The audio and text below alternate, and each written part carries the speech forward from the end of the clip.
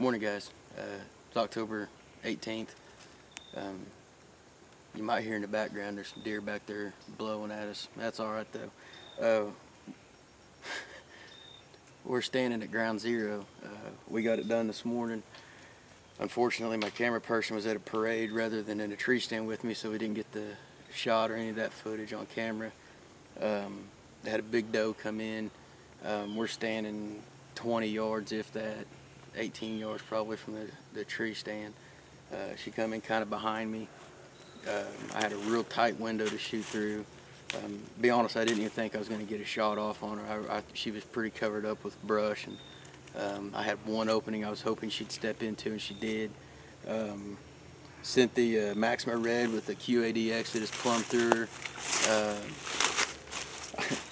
Ended up running the parade. I got a hold of Brittany, and my little man Lake here, he's been after Daddy to shoot a deer and come get him so he could help me blood trail it. So I do know I made a good hit. There's good blood here at the site where I shot her. So I expect it to be a pretty short blood trail, which is a perfect one to get a youngster started on. It should be a pretty easy blood trail to follow. So anyways, we're gonna turn Lake here loose. Lake, say hi. Hi. We're gonna turn Lake here loose on the blood trail and see if he can sniff it out for us. And if he does that, we'll reward him with a rope to drag her with and a knife to gut her with. So anyways, hopefully here in just a minute we'll be shooting some more footage from the deer itself. But feel pretty good about things, so we'll see. Okay. Now when I shot, there's blood up here too. I didn't even see that when I shot her. She ran this way. She was facing this way. And when I shot, she come up here like this.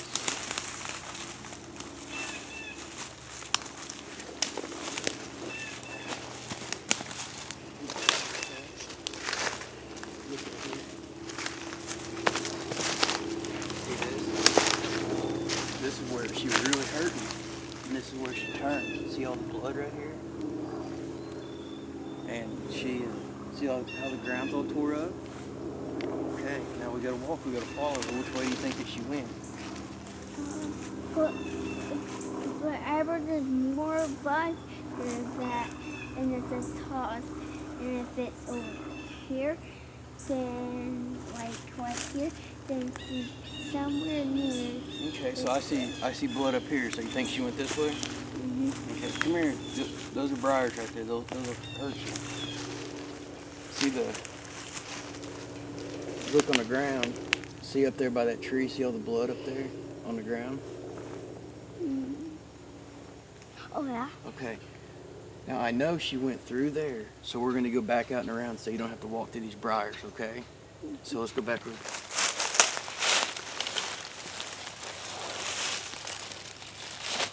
It's a new one. Okay, What so this way?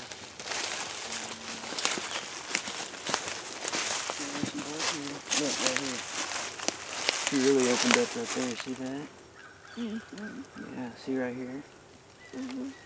She took off. She went up this way. That's probably like this. If you look, see all this blood here? And there's blood back with my mom. See this blood right here? Yeah. If you go this way. This is where you gotta look. You gotta look anywhere. Look down here. There's blood here. Okay? See it right there? So it looks like she might have went this way. Walk that way, buddy. Big right here. Hey, look right here, there's blood. See the blood down here? You see it? That's a big. You just drop the blood here. Blood on this leaf right here. And on the ground. See all that? Look up here. See all this? So I'm going to say she went this way, didn't she? What? So you get up in here. See all the blood right here? Yeah. I wonder where she went now. Which way do you think she went? Let's walk around and see ends here. No. Now listen. When you're following a blood trail, you don't ever walk off the blood trail to go find the deer. You just follow it all the way to the deer, because if she didn't go that way, but you thought she did, and you walked over there, you might not be able to find that blood again. So you always stay on the blood trail, okay? Now look. Somebody. Yeah, good job. Look up here. See on the leaf? Right there? Well, look right here. Oh yeah, that's a big one. Yeah, it is. This one. Good. Okay, now, do we see any more blood? No. We don't. Look everywhere.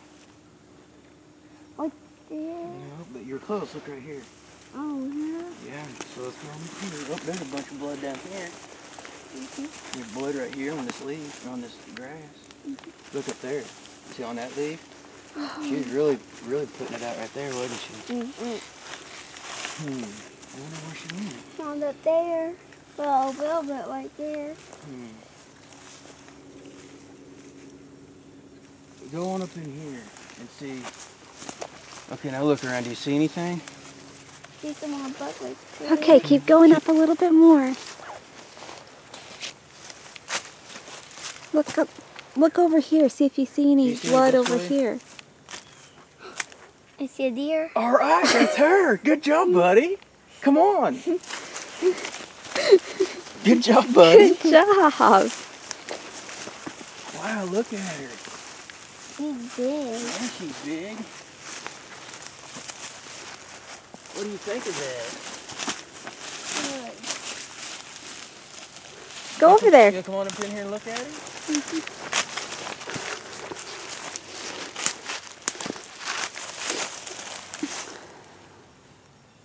What do you think? Big. Huh? Big. Yeah. Boy, we saw her right there. Yeah, that's where the arrow came out of her. Didn't go through her bones. Yeah, it went, looks like it missed the ribs maybe. It went in on the other side. You'll see her when we get her out of here. That's a big doe, isn't it? All right, guys, here she is. She didn't go. My first guess, I said about 25 yards, but she might have went 30, maybe. You know, I have no affiliation at all with any of these companies I use to harvest this deer, but I will say I lost a deer.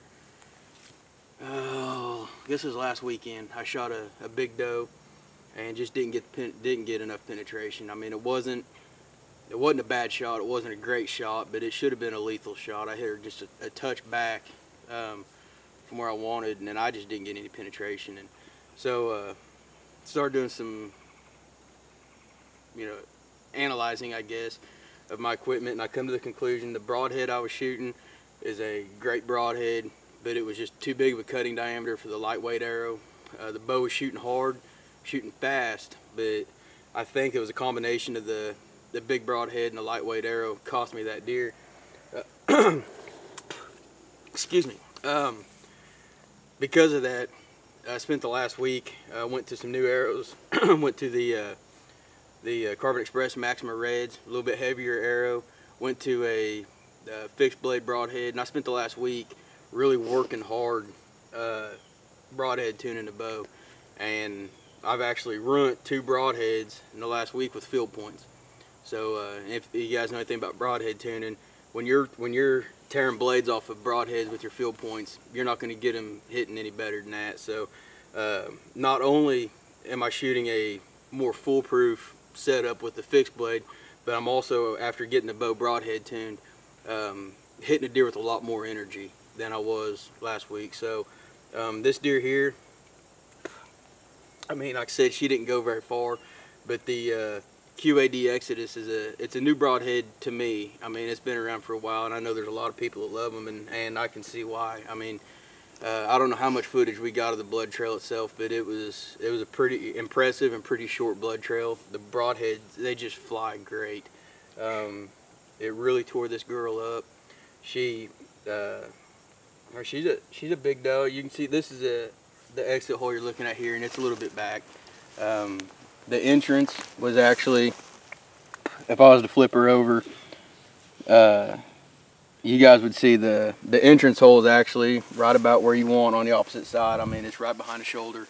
I hit her, she was so close when I shot, I intentionally hit her a little bit high because of the steep angle. I mean, everything just performed flawlessly. I mean, the shot was great. I mean, I've joked about it, but there's just nothing like squeezing a trigger on a deer and seeing that lighted knock disappear and then light back up again. And that's exactly what happened. This deer here, you know, it means a lot. And I mean, I know it's just a doe. It's nothing, nothing anybody would ever, you know, put on a wall or really write home about. This is the first deer I've killed in 5 years. Growing up, I hunted a lot. I mean, rifle hunting since I was legally old enough to do it. Bow hunting, started that not long after rifle hunting, and killed a lot of deer with the bow, killed a lot of deer with the rifle, and I felt like I was, you know, pretty accomplished. Then little buddy here come along, and for 5 years, how old are you now? What? How old are you? 5, yeah, 5 years. Deer hunting just kind of took a back seat, you know. I got out of it that first year. He was born the end of September, which was right when archer season was starting, and it was real easy to miss that first year with a new baby at home. And to be honest, just the next several years after that, I just had a hard time getting back into it. And you know, I started at one point. I thought, well, if I just treat myself to a new bow, buy a new bow, get something to get me fired up about it again. And in my search for a new bow, I ran across Ike's Outdoors. I had no idea that we were even living in the same town. As far as I knew, Ike was from halfway across the country. But his reviews on a bunch of bows is what drew me to his website. And it didn't take very long to realize through the videos that Ike was somebody that I could get along with. I mean, he just seemed like a pretty cool guy. To make the world even smaller, after I found out that one of his videos, I found out he was in Carthage, Missouri, which is where I was living. The world even got smaller than that a little over a year ago, because Ike got hired at the same place that I worked. So now, the guy that actually got me back into bow hunting, actually I work side by side with him every day. So, you know, I owe a lot of gratitude to Ike for, you know, a lot of help. He's really helped me out several times. This deer here, it wouldn't happen without Ike for a lot of reasons, but the most recent reason is right after I got done broadhead tuning my bow, like I was talking about, my sight broke.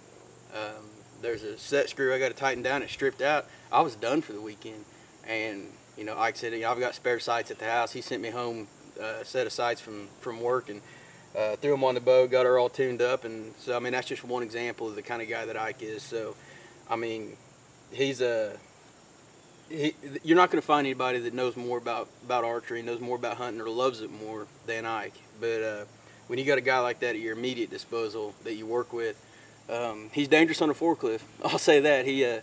He's kind of, there's a lot of jokes going around about Ike running over stuff on a forklift, and he's a dangerous guy to work with sometimes. But I tell you what, if it wasn't for him, I'd probably be at home right now watching TV. So, Ike, thank you very much for getting me back into hunting. It sure is a lot more fun when you got somebody to share it with. You know, guys at work are great. They all hunt. We all enjoy hearing stories, sharing stories. We cheer for each other. You know, and it's cool now because Lake here is getting old enough that, you know, he can be a part of stuff like this. You know, he hasn't actually come out and set deer hunting with me yet, although I think we're going to do that, aren't we? You going to come hunting with me sometime? We've already got plans to throw up a ground blind and spend a couple evenings together in a ground blind. But Lake's getting to be the perfect age now. He can come out and he can help, you know, trail deer.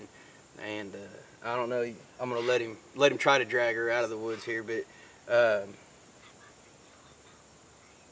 oh, he wants me to tell everybody he's 5. So if you guys got daughters in the 4 or 5 year old range, I think he's on the market. So anyways, that's all I've got. You know, it's a great morning. Like I said, this deer, although she's just a big mature doe, she means a lot. She's got me back on the board, got that fire in my belly again.